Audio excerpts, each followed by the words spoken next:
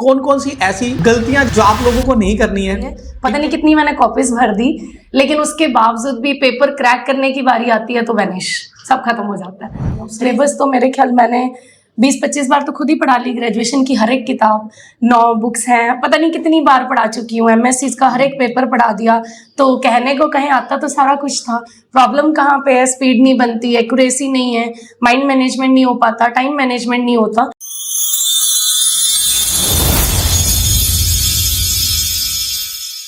ये पूरी की पूरी कायनात में हम किसी व्यक्ति से कुछ भी सीख सकते हैं। सीखना तो सबसे हो सकता है, लेकिन जिसके जीवन का अनुभव कुछ बहुत जबरदस्त हो, वहां से सीखने से क्या फायदा है? उनके जितने साल का अनुभव है वो आपका अनुभव बन जाता है। Yes, so I welcome you Sania ji, जिन्होंने इस बार मास्टर कैडर क्रैक कर दिया है और बड़ा अच्छा रैंक आया। कुछ बातें ऐसे जो मैं पहले से बता देता हूँ। हमारा कॉलेज ग्रेजुएशन एक ही कॉलेज से हुआ, ये मेरे जूनियर थे। एमएससी भी हम दोनों ने अमृतसर गुरु नानक देव यूनिवर्सिटी में की, मेरे जूनियर थे उस समय। और इन्होंने भी, इनको क्योंकि पढ़ने में, ये भी मैथ्स में इनका काफी इंटरेस्ट था जैसे मेरा, तो इनके पास भी जब कोई टॉपिक लेके बैठते थे तो इन्होंने शेयर किया, पूरा डिटेल में अच्छे से पढ़ते थे। लेकिन कौन कौन सी ऐसी गलतियां जिसको हम बोलेंगे जो आप लोगों को नहीं करनी है, इनके एक्सपीरियंस के साथ, मेरे एक्सपीरियंस के साथ आज सीखेंगे। So let's start. So again welcome. Thank you so much. 12-13 साल आपने डीएवी कॉलेज अबोहर में पढ़ाया। अब इतना सारा जो आपका टीचिंग का अनुभव रहा, आपका मैथ से इंटरेस्ट तो था शुरू में, है ना? आपकी जर्नी से, आपके मुंह से सुनते हैं क्या क्या चीजें हैं। मैं ना सबसे पहले मेरा ये है कि मास्टर कैडर जो मेरा इस बार क्वालिफाई हुआ है, तो उसका पूरा का पूरा credit only and only goes to you. ये होल हार्टेडली, ये नहीं कि मैं आपके सामने बैठी हूँ इसलिए, मतलब 100% क्रेडिट गोज टू यू। और मैंने जो शेयर करना ना सबके साथ, मतलब अपनी, यूजुअली लोग अपनी वो बताते हैं ना कि मैंने ऐसे तैयारी करी, मैंने वैसे तैयारी करी, मैंने अपनी कमी बतानी है सबको, है ना। शायद मेरी कमी से सबको सीखने को मिले कि एक ना सबके अंदर एक हिडन ईगो होती है कि हमने, जैसे मेरा है कि मैं 2010 से पढ़ा रही हूँ, 2023 आ गई, इट्स ऑलमोस्ट 13 ईयर्स। 2009 से मैंने स्टार्ट किया था पढ़ाना, है ना। बहुत सारे, और सबसे ज़्यादा हायर क्लासेस के साथ डील किया है, +1-2 को पढ़ाया, और उसके बाद एमएससी तक, और अच्छे अच्छे सब्जेक्ट्स पढ़ाए हैं। तो वो जैसे स्टैटिस्टिक्स है ना, मेन सब्जेक्ट हम मानते हैं, सबके लिए एक डर होता है स्टैटिस्टिक्स मेरी कमांड है सुपर वाली। लेकिन अगर मुझे कोई कहे ना कि, और मुझे भी ये ईगो हो गई थी कि मुझे बहुत ज़्यादा आता है कि स्टैटिस्टिक्स का क्या है, कुछ भी आ जाए मैं तो कर जाऊंगी बड़े आराम से। तो इसी चक्कर में ना, मतलब हर एक चीज को सोच के पढ़ना कि अपना है, आता है। 50 बुक सामने रख लेनी और ढेरों नोट्स बना के रख लिए, जहान भर के। मेरी पूरी अलमीरा भरी पड़ी है, पता नहीं कितनी मैंने कॉपीज भर दी, लेकिन उसके बावजूद भी पेपर क्रैक करने की बारी आती है तो वैनिश, सब खत्म हो जाता है। रीजन सिर्फ इतना था कि समझ ही नहीं पाए कि एक्चुअल तैयारी करनी कैसे थी। उसके लिए ना ये हिडन ईगो को पैक करना एक्चुअली वो हो नहीं पाई, वो बड़ी लेट हुई। कब आपको लगा भी मेरे को कोचिंग चाहिए? अभी मैंने पहली बार तैयारी की है, और इससे पहले ना, जैसे वो नहीं होता हवा में तीर छोड़ना, वही कर रही थी इतने सालों तक मैं ना, मतलब हायर एजुकेशन में जा रही थी। लेकिन अब थोड़ा सा लगा कि लाइन चेंज करने की जरूरत है, क्योंकि एक ही लाइन में हम स्टक हो जाते हैं ना, तो चीजें फिर कभी ना कभी लगता है कि अब चेंज की जरूरत है। तो वही, जैसे कि किसी को सुनने की आदत नहीं है, क्योंकि खुद इतने इतने बड़े बच्चों को पढ़ाते हैं ना, तो एक दिन खुद को समझाया कि नहीं, अब शायद किसी को सुनना पड़ेगा। तो जैसे सर बता रहे हैं ना कि ये मेरे सीनियर रहे हैं, तो वही वो सीनियर जूनियर वाला ही लगता था, ला इकट्ठे तो पढ़े हैं, सुन के क्या करना है। एक दिन लगा कि चलो नहीं, एक बार सुनती हूँ अच्छे से। फिर कमिट किया, 1-2 लेक्चर सुने, तो फिर ऐसा लगा कि ह्यूज डिफरेंस, बहुत ज्यादा। क्योंकि मैं जिन लोगों के साथ डील कर रही हूँ ना, वो डिफरेंट चीज है। हम सिर्फ सब्जेक्टिव पे फोकस करते हैं, एक सिलेबाई है हमारा, फिक्स्ड है कि सेमेस्टर के अंदर इतना काम करवाना है, उतने में आपके एग्जाम्स आ जाएंगे। और वो जो कॉम्पिटिटिव एग्जाम्स की तैयारी है ना, बिल्कुल डिफरेंट चीज होती है। तो इस चीज से ना बाहर निकलना ही पड़ेगा। और मैंने जब इनको स्टार्टिंग में अपने आप को पहले ये समझाया कि एक बार सरेंडर करके देखती हूँ, और जब किया तो फिर धीरे धीरे ना, मतलब इनके साथ एक कनेक्शन सेट किया, वीडियोस को सुनना शुरू किया। और फिर मैं इनको पहले भी बता रही हूँ कि इनकी जो वॉइस है ना, उसका मेरे माइंड के साथ एक कनेक्शन ही सेट हो गया कि जब तक वो सुनती नहीं थी ना, एनर्जी नहीं मिलती थी। अब वो जो माइंड और वॉइस का एक कनेक्शन सेट हुआ, फिर उसको अपने दिल में उतारा ना, अब ये जो बॉन्ड सेट हुआ है ना, वो मैजिकल था। और पहली बार में पेपर क्रैक हुआ है अच्छे रैंक के साथ। और इसलिए मैं सभी को ये कहूंगी कि ये जो हिडन ईगो है ना, जितनी जल्दी सरेंडर कर दो। जैसे ही कोई एक बेस्ट मेंटोर मिलता है ना, अपने आप को पूरा सरेंडर कर दो। इनकी हमेशा वर्डिंग रही है, हर एक क्लासरूम में एक लाइन हमेशा पक्की होती थी कि अगर मेरे पास आ गए हो ना, तो अपना छोड़ के आना, अपना पैक करके आना, और ये सोच के बैठना कि मैं खाली डिब्बा हूँ। और मैंने एक्चुअल में वो खाली डिब्बा अब दोबारा भरा है, और वो मैजिकल प्रूव हो एक्चुअली। लेकिन मेरे को बहुत एक जो शेयर करनी बात, जब से इन्होंने कोचिंग ज्वाइन की उस दिन से लेके रोज क्लास के लास्ट में मैं एक्सपीरियंस शेयर करवाता हूँ बच्चों के, लर्निंग एक्सपीरियंस, इंप्लीमेंटेशन क्या करना है। सिंगल भी मेरा वीडियो ऐसा नहीं था जहां पे इन्होंने बहुत कुछ डिटेल में नहीं लिखा, यानी कि पूरा एक्सपीरियंस, पूरी लर्निंग्स, मेरी कोई भी वीडियो उठा के देख लो, चाहे वो यूट्यूब पे थी या मैं कहीं और कमेंट ले रहा था या टेलीग्राम ग्रुप में ले रहा था, हमारे प्राइवेट ग्रुप में, हर जगह इनका एक्सपीरियंस वहां पे रहता था। मैं ए बोलता था, ये ए करते थे, बी बोलता था, बी करते थे। मतलब वो फिर आपने वो कितना बड़ा रहा, कितनी सारी बुक्स, कितने सारे नोट्स आपके पास थे, उनको फिर कैसे अलमारियों के अंदर बंद रखा? नहीं, मैंने अलमीरा नहीं खोली इसका। मैंने सच में कोई अलमीरा नहीं खोली, कोई बुक नहीं उठाई। जितना आपने गाइड किया, जैसे जैसे बताते गए, जो जो मटेरियल हमें मिलता था इतना ज्यादा मिल जाता था, जरूरत ही नहीं पड़ी कुछ भी खोलने की। And this was the first time कि कोई एक ऐसा पेपर दिया जिसमें मैंने कोई किताब नहीं खोली पढ़ने के लिए। मैं हमेशा बच्चों को बोलता हूँ, कहते हैं सर कोई नोट्स है वो, मैं क्या, नोट से जो पढ़ते हैं ना वो सब्जेक्टिव पेपर होता है।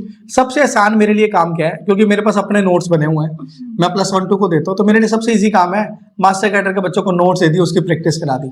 नोट से सिलेक्शन होती किताबों से होती, फिर सब कर लेते। ये तो है लाइव क्लास में एक्सपीरियंस कराना, ये गलती आप कर सकते हो, ये ट्रिक कैसे लगानी है, ये ट्रिक कैसे बनी है।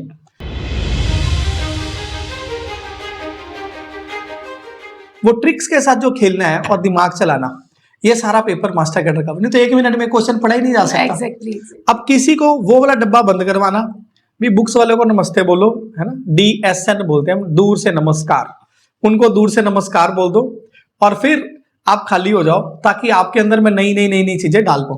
कुछ बच्चे कहते हैं सर मेरा 10 साल का गैप है, मेरा 12, मैं इतना खुश होता हूँ, मैं कहा शुक्र है खाली हो गया है, इनको तो भरना सोखा है। मैं जरूर से ज्यादा भरी हुई थी, मैंने खाली किया अपने आप को पहले, और वो जरूरी था। मैं मतलब इस टाइम पे मैं ये एडमिट करती हूँ कि जब किसी के पास जा रहे हो ना, तो पूरे दिल से खाली करके सरेंडर्ड होके जाओ, तभी बेनिफिट है किसी भी कोचिंग का। नहीं फिर तो श्योर ही हो जाता है ना, फिर तो सिलेक्शन होगी, जॉब मिलेगी। बिल्कुल। क्योंकि जब कनेक्शन सेट हो गया, हाँ। तो पेपर फिर आप नहीं करने जाते ना, पेपर तो फिर वो आपके टीचर ही करने जाते हैं वहां पे, क्योंकि आप उनको साथ लेके जा रहे हो। मेरा तो एक्चुअल में मैजिकल कनेक्शन सेट हुआ है, मतलब मैंने दिल से फील किया वो चीज जो आज से पहले मैंने कभी भी नहीं की। मैंने बहुत पेपर दिए हैं, बहुत ज्यादा, हर जगह पे इतने बड़े बड़े बच्चों के साथ डील किया है, खुद के बराबर के बच्चों के साथ, लेकिन कभी भी वो मैजिक मैंने नहीं फील किया जो मैंने इस बार फील किया, और अभी तक पूरी एनर्जी है अंदर। एक और एक्सपीरियंस मेरे को ये शेयर कर रहे थे भी, कहते मैंने जो 13 साल टीचिंग की, मैं ये भी बोलता हूँ हमारा ये कोर्स है ना, ये टीचर्स प्रिपेयर कर देता है, और अब आपने 2 महीने टीचिंग की, उसके बाद उसका क्या एक्सपीरियंस है? मतलब मैं जो इन 2 महीने लास्ट में मास्टर कैडर क्लियर करने के बाद पढ़ा के आई हूँ, मैं 2 महीने, मैं वैसे अपने मुंह से ये आप प्रेज भी कह सकते हो, जितने स्टूडेंट्स मैंने पढ़ाए हैं ना, actually whenever I entered in the class, पहले दिन 2 दिन पढ़ाने के बाद बच्चे मुझे कहते हैं कि मैम आप हो क्या,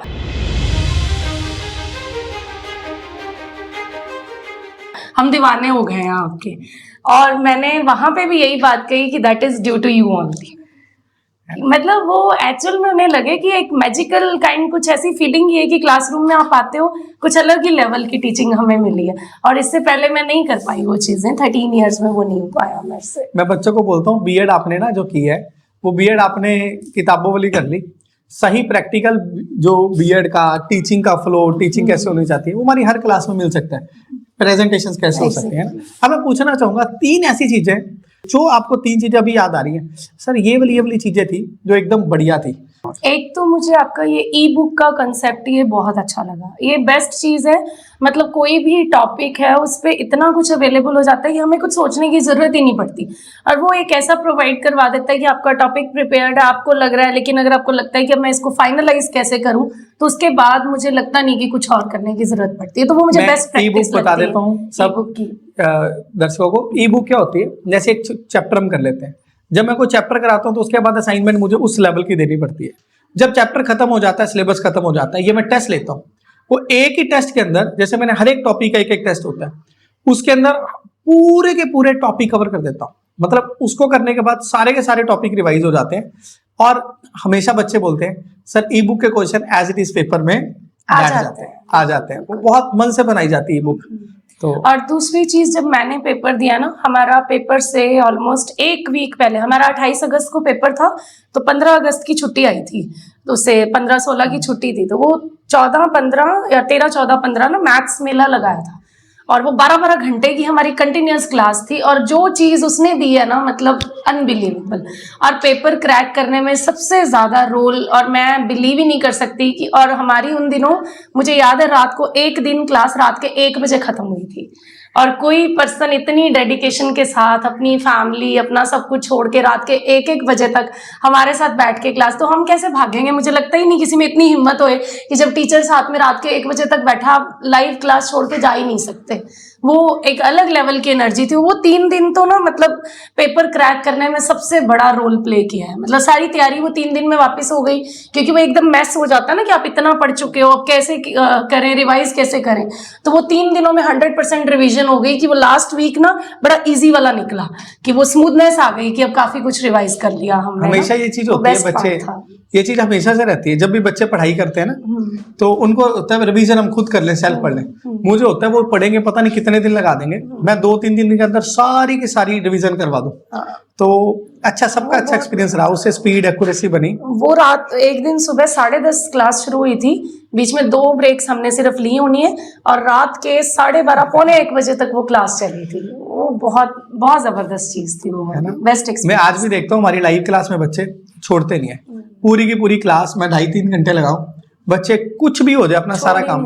और यही लाइव क्लास का मैजिक होता है, जिसके साथ सिलेक्शन एनर्जी बहुत गेन होती है ना उसमें। गुड। आप डाउट पूछ सकते हो, साथ साथ बात कर सकते हो। एग्जैक्टली। मैं तो वैसे कह रही हूँ ना, मुझे तो वॉइस नोट से जो एनर्जी मेरी सेट हुई है ना, वो अलग लेवल।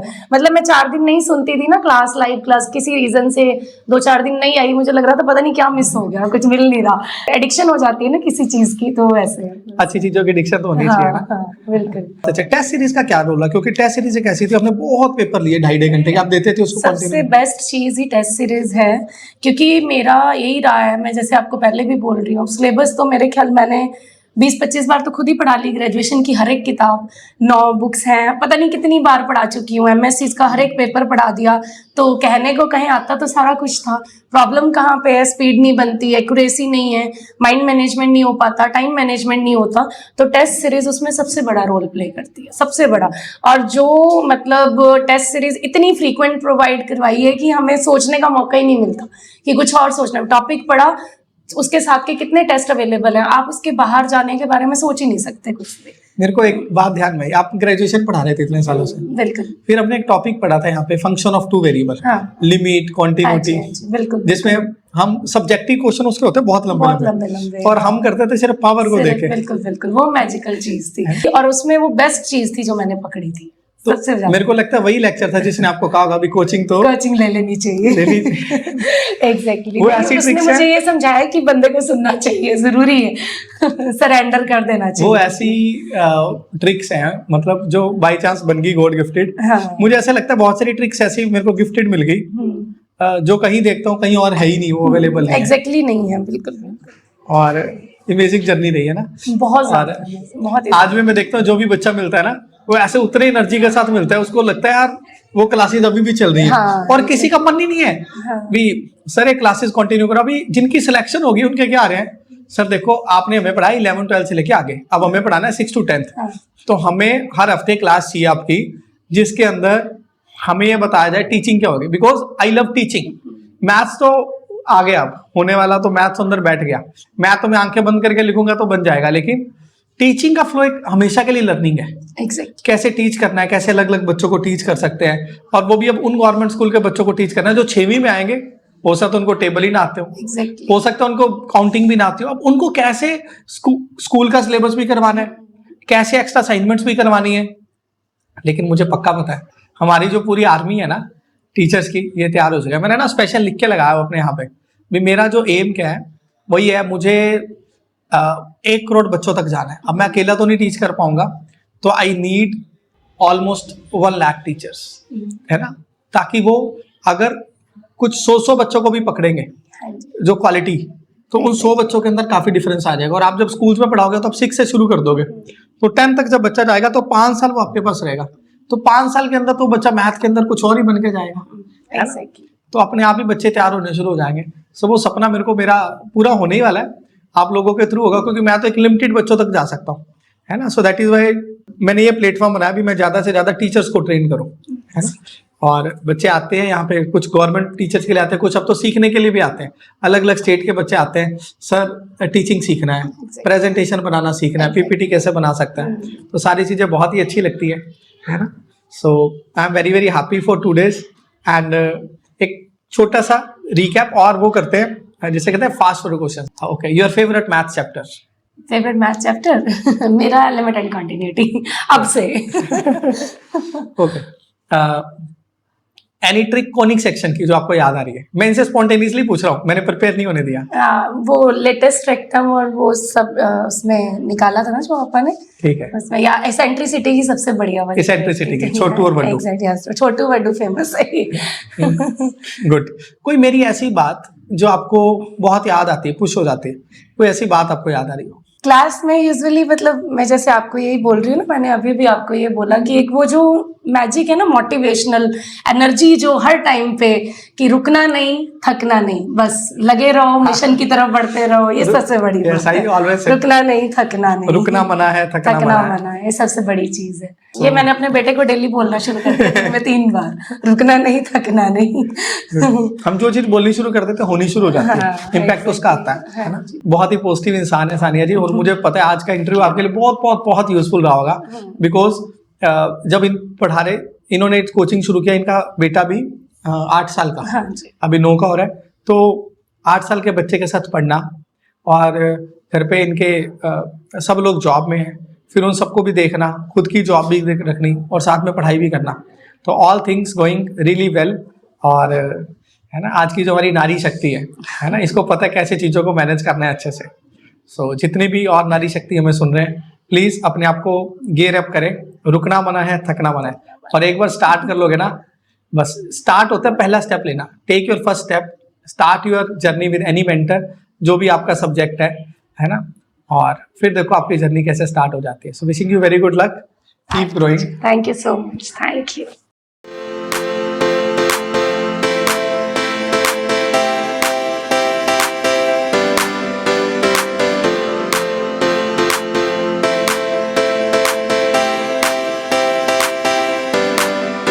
अगर आपको ये वीडियो वैल्यूएबल लगा तो इसे लाइक करो और ऐसी और वीडियो देखने के लिए इस चैनल को सब्सक्राइब करो। Thank you.